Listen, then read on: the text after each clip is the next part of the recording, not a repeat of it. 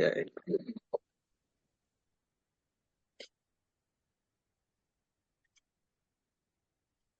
All right. Thank you, Reg. And thank you, Get in the Boat meeting, for inviting me back. Been several times now that I've been here, and I always appreciate the opportunity to share our history. And my name is Jim Worley, and I'm an alcoholic. My sobriety date is March 5th, 1989. My home group is the First Things First group in Cancun, Mexico.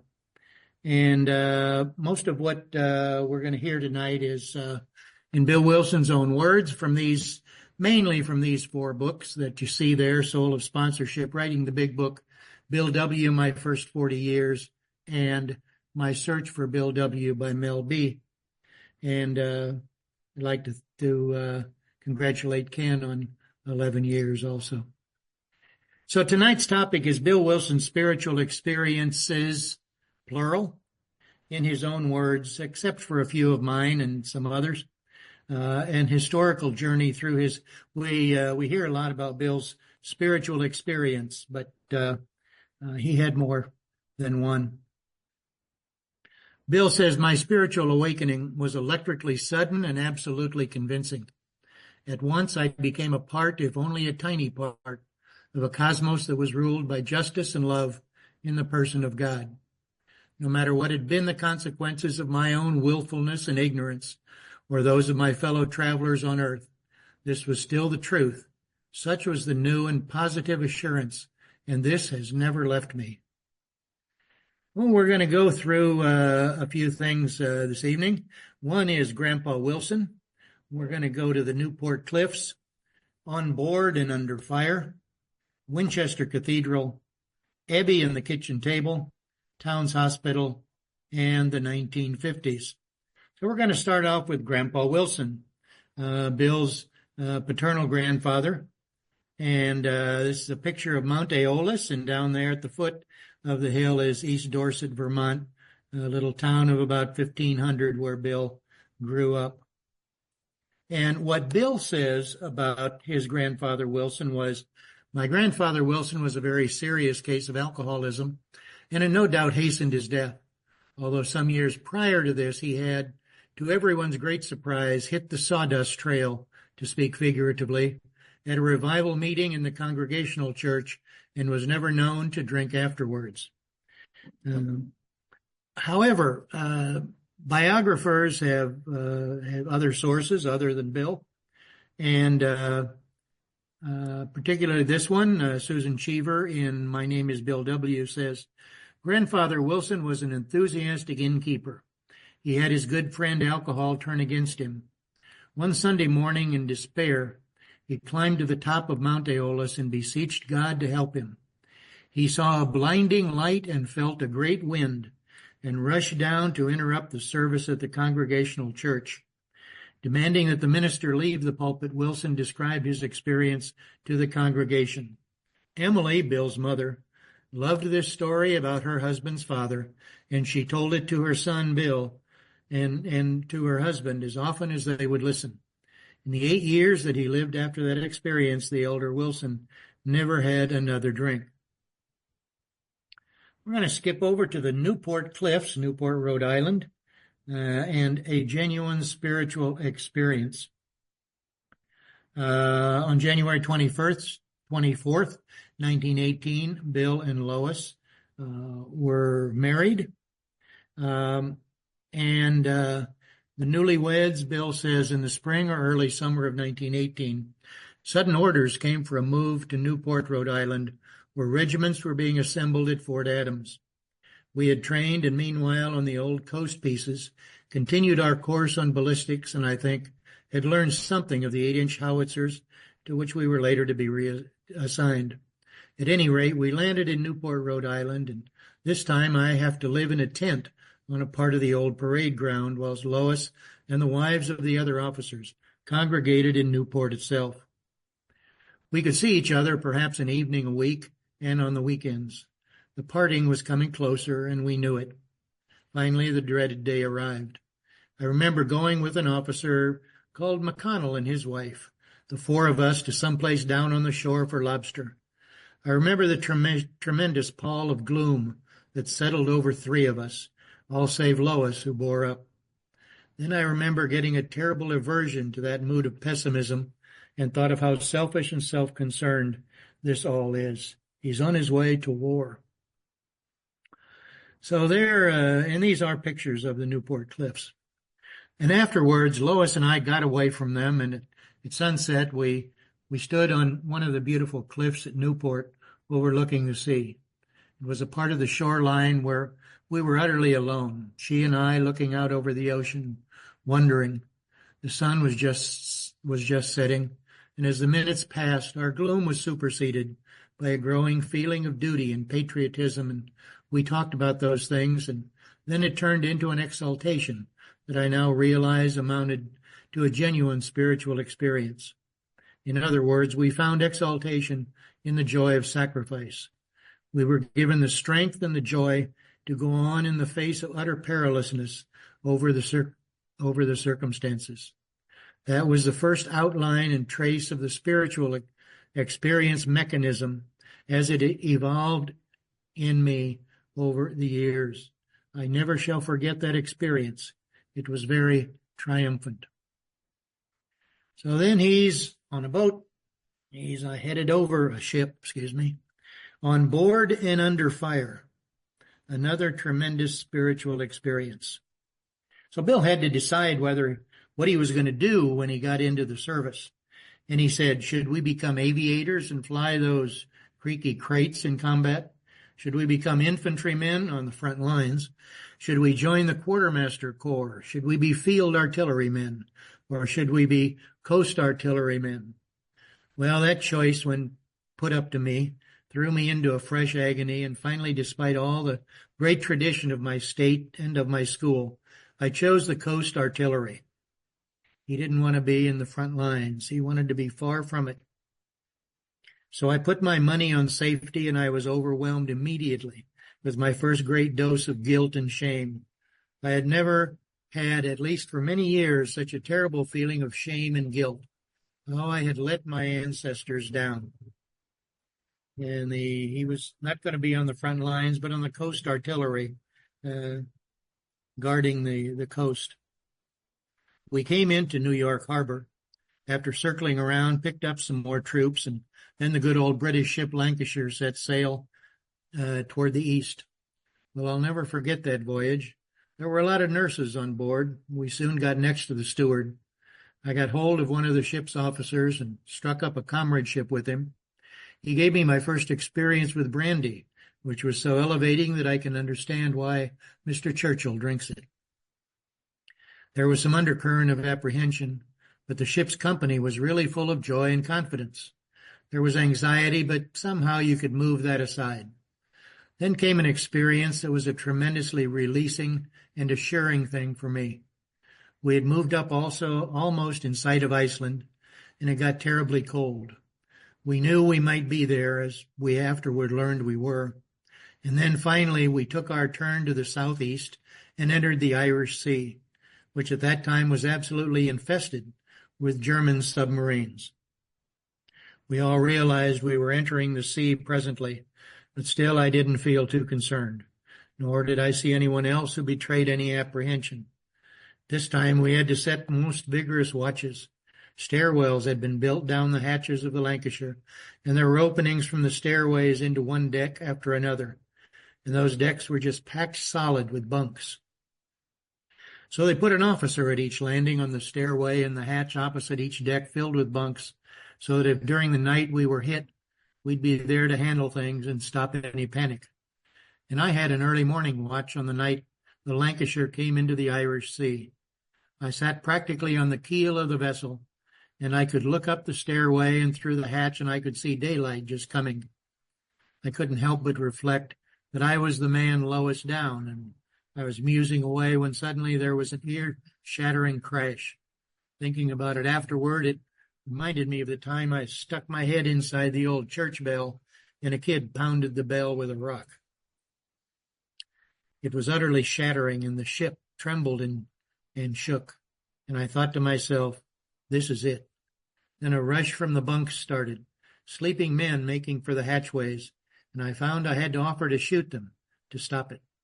And the minute I drew my gun and quieted those people down, although we all thought our number was up and not a chance, another tremendous spiritual experience, this wave of complete confidence and exaltation, the feeling, well, you aren't yellow after all.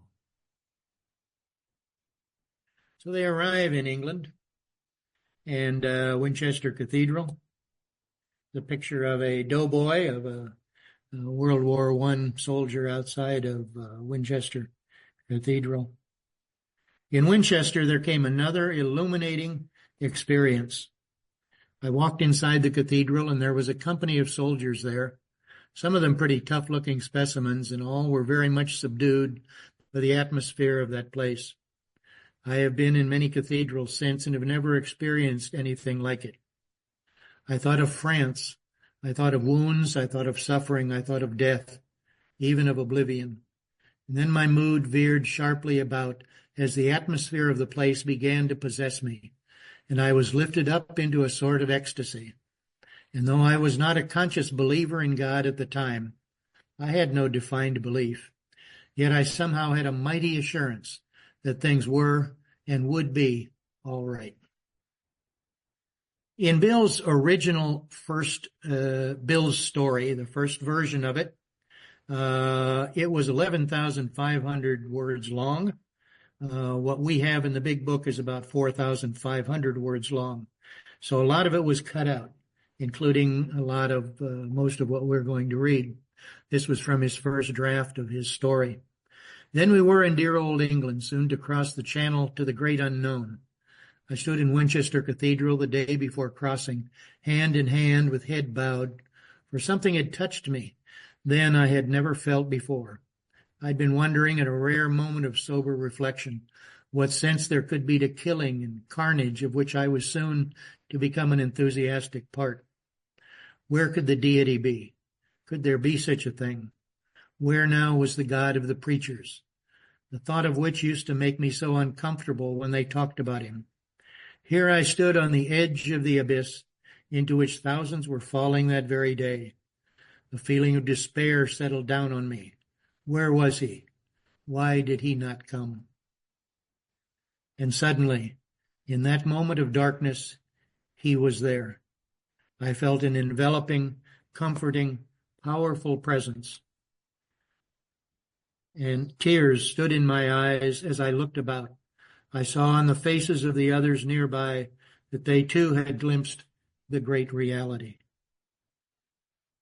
And then it was that I went out and read the inscription about the Hampshire Grenadier, and once more I was possessed with the spirit of adventure and the spiritual experience, and the depression that had preceded it vanished into the background.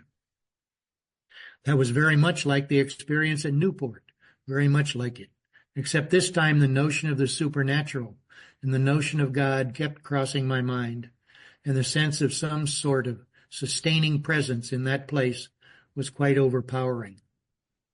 I didn't define it, but it was a valid spiritual experience, and it had the classic mechanism: collapsed human powerlessness, then God coming to man to lift him up, to set him on the high road to his destiny. Those were my impressions of my experience in the cathedral. Of course, I'd had a wonderful time in England, and out in the country villages and lanes you could see people still dressed and acting like the characters in Dickens. Every now and then the cathedral experience would return. And then Bill goes home. He doesn't really see any action, but he goes home, and we've read Bill's story. We've read a lot of other things about what happened to Bill, I'm sure, and in chapter 1 in the big book, and where he tells his story about coming home in the Wall Street and law school and his marriage and everything that went well until it didn't go well. And little by little, as most of us have, we got into trouble, and then into more trouble. And then No words can tell of the loneliness and despair I found in that bitter morass of self-pity. Quicksand stretched around me in all directions. I had met my match. I had been overwhelmed. Alcohol was my master. And then we have Ebby and the kitchen table. Sure, we all know that story. Ebby calls on the phone. Bill answers. Ebby comes over, knocks on the door. Bill answers and says, "Oh, there's fresh-skinned Ebby," and they sit down at the kitchen table and they talk. Well, when asked about it, Ebby told a different story. And Ebby's version was, "So I called him up one night and didn't get Bill, but I got Lois, his wife, and told her what had happened to me. Well, anyway, Lois said, 'Why don't you come over to dinner some night?' Then she mentioned a date, and I said, 'Fine.' So that night I went over at 5:30, I guess, in the evening, and I rang the bell at 182 Clinton Street. So pretty soon Bill appeared, and he'd been drinking, but he wasn't too bad. Said hello and this and that and the other thing, and he's kind of taken me around. Then he made an excuse. He had to go out and get some ice cream, something else for supper, and of course I knew what he was going after. I understand. I've done it so many times myself. So then Lois came in, and now there was another girl invited. There was a girl invited because she lived upstairs. They'd made the place into an apartment. Well, lots of details there. And so we all sat down at dinner, and Bill's got it a little garbled in the book about it being across the kitchen table, but it don't make any difference. The idea is there. Now we got dinner, and then we all moved upstairs. Lois said, "Well, let's hear about yourself." So I started in, and I guess they got me wound up, and I guess I talked until pretty near 1 o'clock in the morning. And I remember Bill said, "I'll walk to the subway with you." And I knew that he wasn't going to go for a drink because he had a bottle in the house anyway.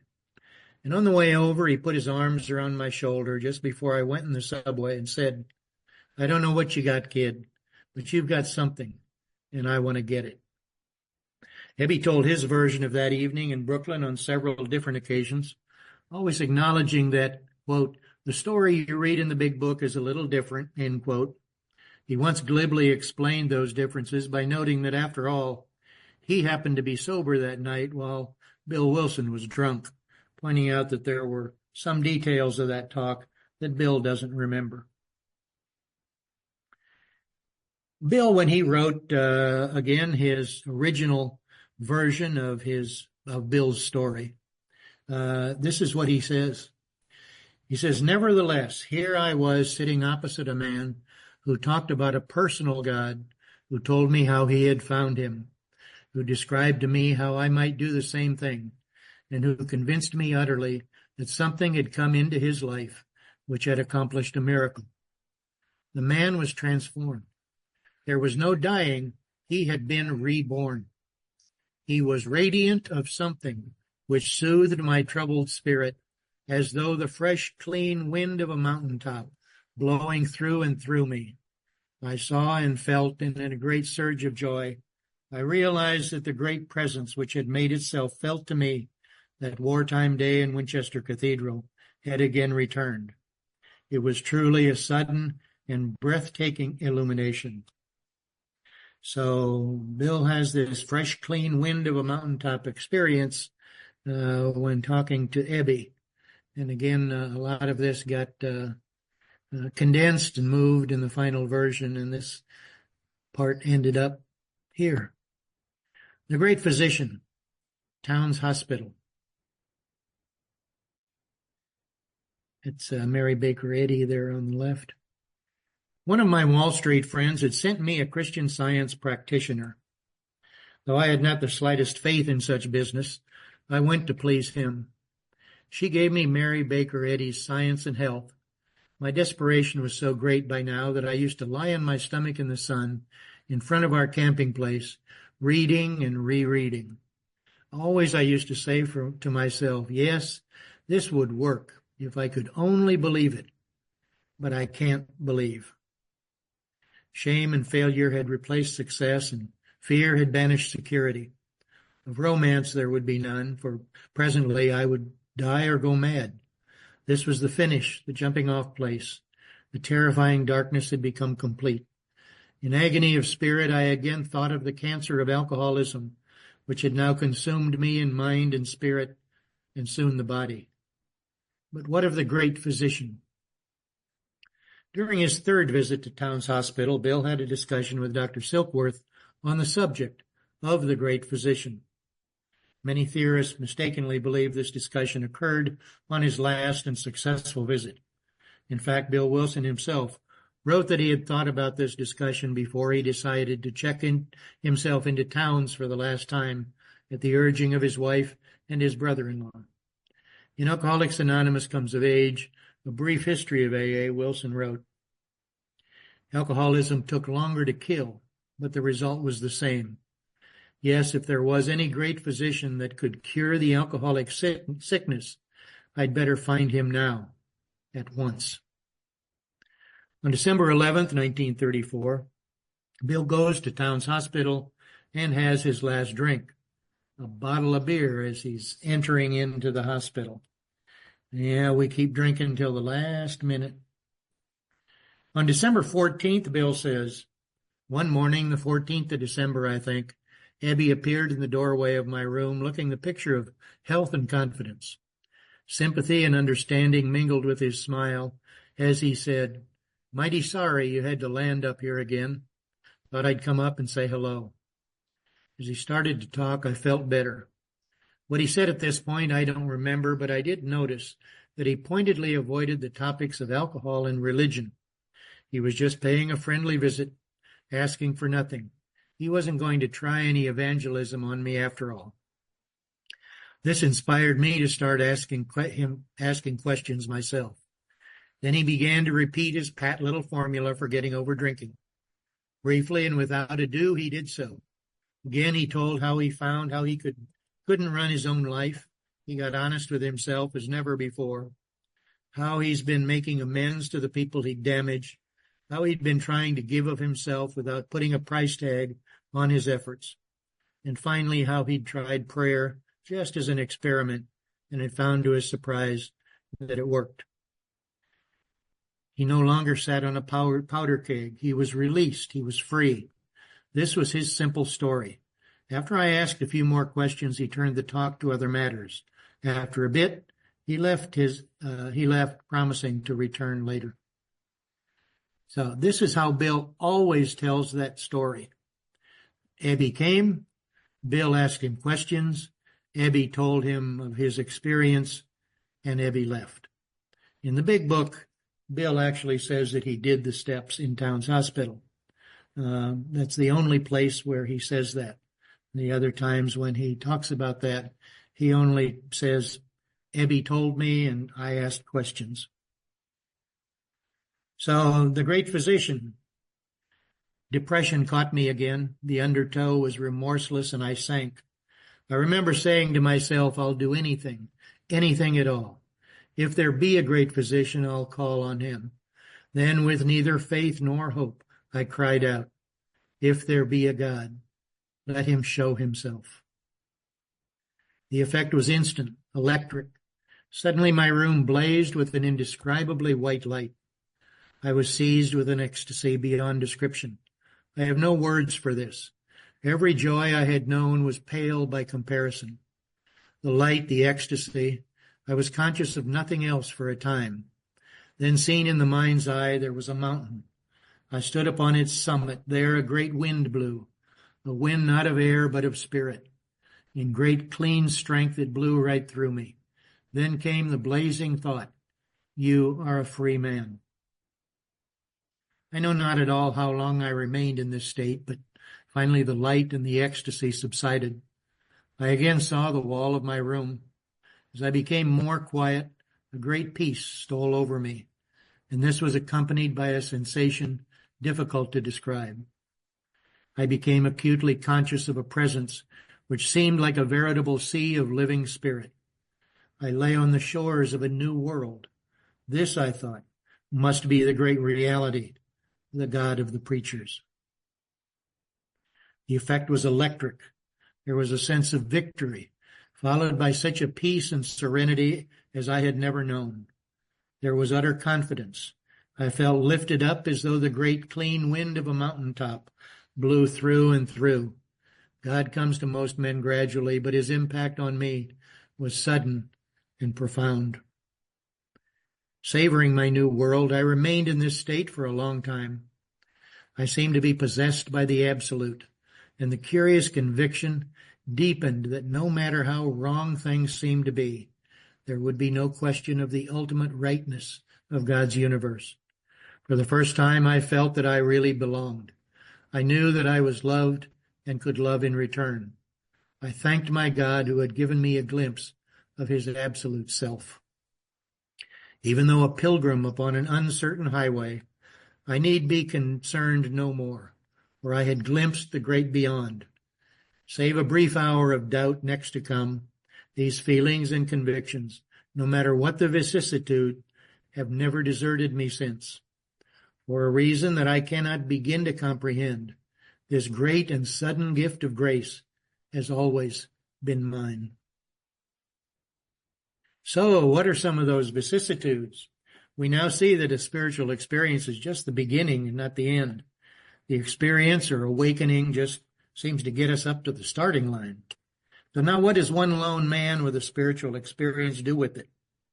Well, he had to get some followers and a book and groups and problems and group problems. And he went through a period of personal depression. There was rapid growth and growing pains in AA, learning how to live together and not kill each other. Their traditions and conferences and more writings and more problems. And Bill says in the 12 and 12, he says, we are a problem people. And Bill went through from basically when he stopped writing the big book in 1939 until about 1950. It was just growing pains, and Bill was going everywhere and doing everything and trying to make things work and trying to herd cats. And so now we jump ahead to 1950 again. And Bill says, returning there in 1950, I went through a similar experience. There was within those walls a tremendous sense of presence. I remember standing there, and again, the spiritual experience repeated itself. In 1956, my original, Bill says, about this 1956 experience, he says, my original spontaneous spiritual experience of 25 years before in Towns Hospital was enacted with wonderful splendor and conviction. So after 20 years experience in AA, trying to herd us cats, Bill became convinced that the biggest block to recovery in AA was resistance to the spiritual component. By the mid-1950s, when he was writing AA Comes of Age, Bill was acutely aware that there were many people unable to experience a spiritual experience or a psychic change as described in Appendix 2 of the Big Book, sufficient to bring about recovery from alcoholism. Consequently, he was constantly searching for effective ways to reach those suffering alcoholics who did not respond to AA's program as prescribed in the Big Book. In Language of the Heart, Bill says, therefore, I'm already exploring certain areas of outside activity. In 1955, you'll remember AA came of age, and Bill kind of started to step aside. So he says he's going to get in certain areas of outside activity in which I may be able to make a helpful and possibly a meaningful contribution. For the first time, I now feel at liberty to follow the constructive example already set by uncounted numbers of my fellow members. But of course, my principal reason for taking this new direction is the deep and confident belief that this will prove to be in the best long-time interest of Alcoholics Anonymous. In a July 2nd, 1956 letter from Bill to Mel B., Bill says, I talk about my spiritual experience more freely nowadays than I used to. In the light of all that has happened, people receive such an account better nowadays. Of course, these spiritual experiences are as old as man himself. In fact, I know of several sudden cases in AA that quite eclipse my own for intensity. In talking about my flash of reality, I often fail to make the point that every AA who has the program gets the same thing. The only difference that I can see is that most experiences are strung out over a long period of time. In these sudden events, I think the ego gives way at depth and complete collapse, at least momentarily. This permits a huge inrush of grace that brings a vision. In most cases, the grace leaks in little by little. Therefore, I can't hold with most theologians that these sudden experiences are something very special and unique. If you were to take the sum of your own transformation since you've been in AA and condense the whole business into 6 minutes, you too would see the stars and more. So, in August of 1956, British radio commentator Gerald Heard, on the left there, introduced Bill to Aldous Huxley, the two of them there, British psychiatrists on the right, Humphrey Osmond and Abram Hoffer, who were working with schizophrenic and alcoholic patients in Canada. Bill first took LSD in California on August 29th. At the time, LSD was thought to have psychotherapeutic potential and was funded by the National Institute on Health and the National Academy of Sciences. Osmond and Hoffer's intent was to induce an experience similar to the DTs in hopes it might shock alcoholics away from alcohol or produce something of a spiritual experience. There were repercussions within AA. One lady wrote, she said, "Dear Sam," that's probably Sam Shoemaker, it says, "Bill put himself under this dope on the grounds that only through its use has he been able to repeat his original spiritual experience. He now alibis himself by saying that he's given his life to AA and that he has a right to do what he wishes with the remainder of his life." Well, he does not. So not everybody was happy with Bill. And here then is one clear reason why Bill Wilson experimented with LSD. He was seeking still further ways of helping alcoholics, specifically those alcoholics who could not seem to attain sobriety in Alcoholics Anonymous because apparently they could not get the spiritual. Bill never thought that anything would permanently cure alcoholism, but that something like this spiritual experience or vitamins would get people ready for the AA program. Support for this research came from a surprising source.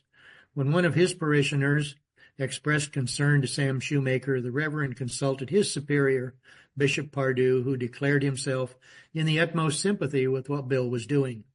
The Bishop, Shoemaker reported to Wilson, is convinced that the biochemical factor is of the greatest importance. Half our problems are biochemical and do not go back to sin and cannot be wholly governed by prayer. Probably running a little short of time. We got started late. Bill to Sam, the complete letter can be found on pages 373 to 376 of Pass It On, where Bill says, "I have taken lysergic acid several times and have collected considerable information about it."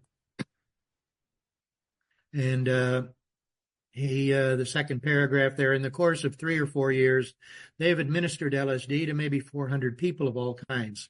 Extensive tape recordings have been taken. The cases have been studied from biochemical, psychiatric, and spiritual aspects. No record of any harm, no tendency to addiction. They've also found there's no physical risk whatever. The material is about as harmless as aspirin. It was with them that I took my first dose 2 years ago.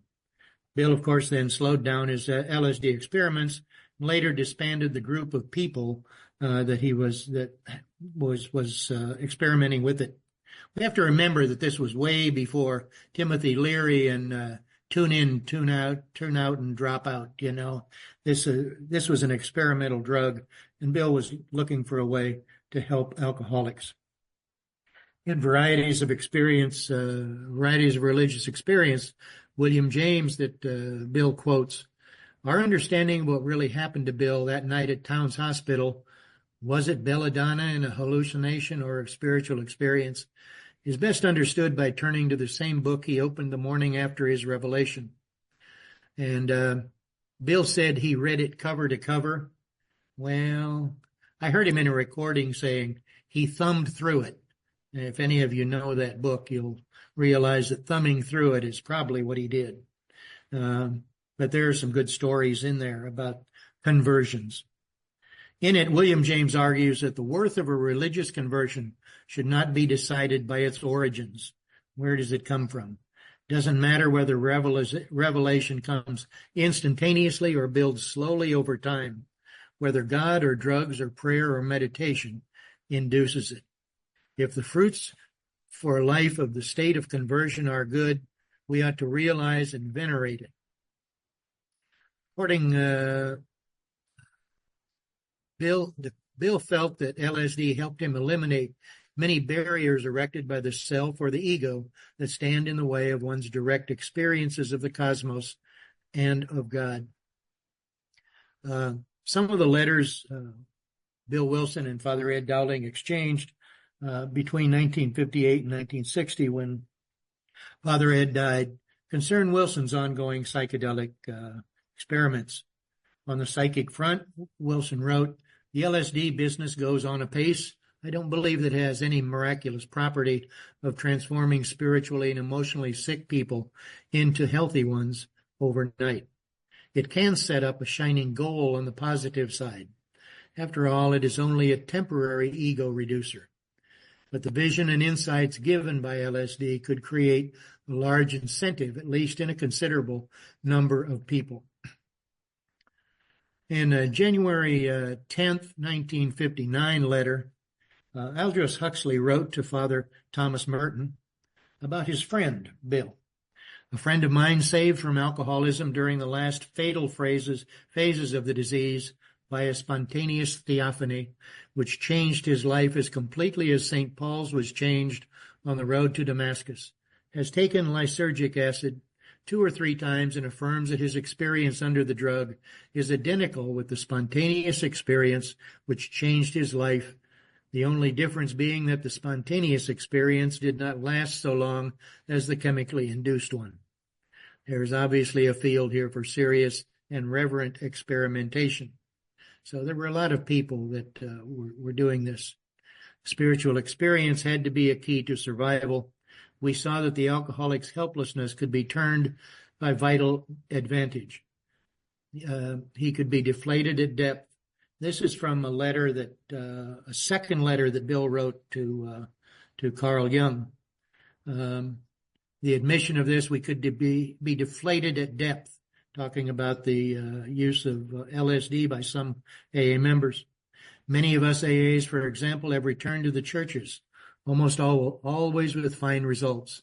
But some of us have taken other less orthodox paths. Along with a number of friends, I find myself among the latter. It's virtually harmless and quite non-addictive. This was the letter that he wrote to Carl Jung in March of 1961. Here are just some final thoughts by Bill.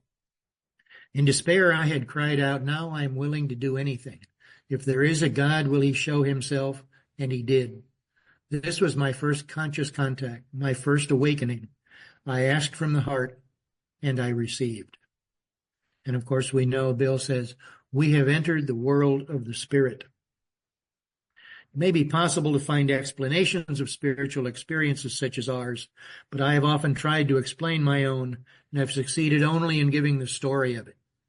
I know the feeling it gave me and the results it has brought, but I realize I may never fully understand its deepest why and how. Perhaps you raise the question of hallucination versus the divine imagery of a genuine spiritual experience. I doubt if anyone has authoritatively defined what a hallucination really is. There at the bottom it says, "Some might think me presumptuous when I say that my own experience is real. Nevertheless, I can surely report that in my own life and in the lives of countless others, the fruits of that experience have been real and the benefactions beyond reckoning."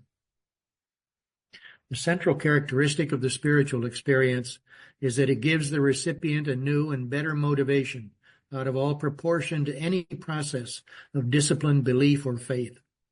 These experiences cannot make us whole at once. They are a rebirth to a fresh and certain opportunity. How dark it is before the dawn. In reality, that was the beginning of my last debauch. I was soon to be catapulted into what I like to call the fourth dimension of existence. That phrase Bill uses several times. I was soon to be catapulted into what I like to call the fourth dimension of experience. Someone asked him what he meant one time, and he said, "What I really meant was this, that I was catapulted into a spiritual experience that gave me the capability of feeling the presence of God, His love, and His omnipotence, and most of all, His personal availability to me. Of course, this is the ABC of the conversion experience, something as old as man himself. So maybe an awareness of God and some sense of relation to Him constitutes a fourth dimension. At least this was true for me, one who had no belief of such sensibility whatever."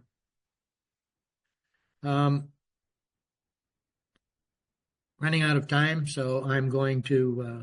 Take as much time as you want, Jim. You're all good. Okay, thank you. It won't be too much longer. Mel B says, since I had mentioned William James's book of Varieties of Religious Experience, Bill discussed then recommended a book called Cosmic Consciousness by Richard Maurice Bucke, one that he described as having covered the waterfront on the subject of the spiritual experience. He also referred to a book called Heaven and Hell by Aldous Huxley. And Bill said so much that an immense amount of psychic phenomena, and Bill added so much so that immortality is no longer a question of faith to me. It is a certainty of knowledge through evidence. In the course of innumerable experiences of this sort, the negative has appeared as often as the positive. In this layer of consciousness, I have had a good look at what the theologians call hell also.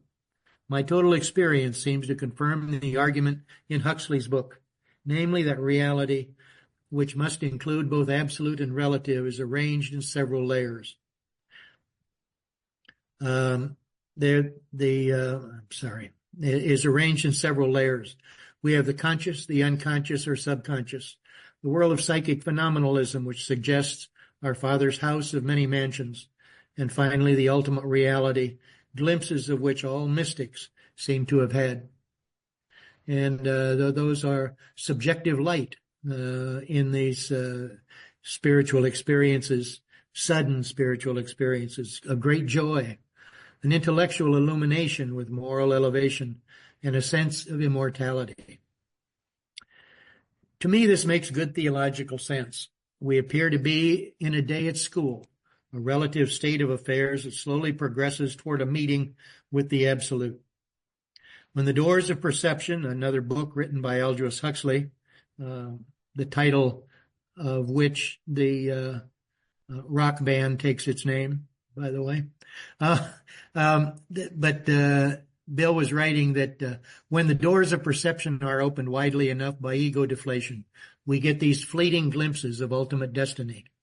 Nor are these experiences confined by any means to adherence to the Christian religion. Even a little reading in the field of comparative religion would convince anybody of that. Christ is, of course, the leading figure to me, yet I have never been able to receive complete assurance that he was 100% God. I seem to be just as comfortable with the figure of 99%. I know that from a conservative Christian point of view, that's a terrific heresy, but it must be remembered I had no childhood conditioning in religion at all.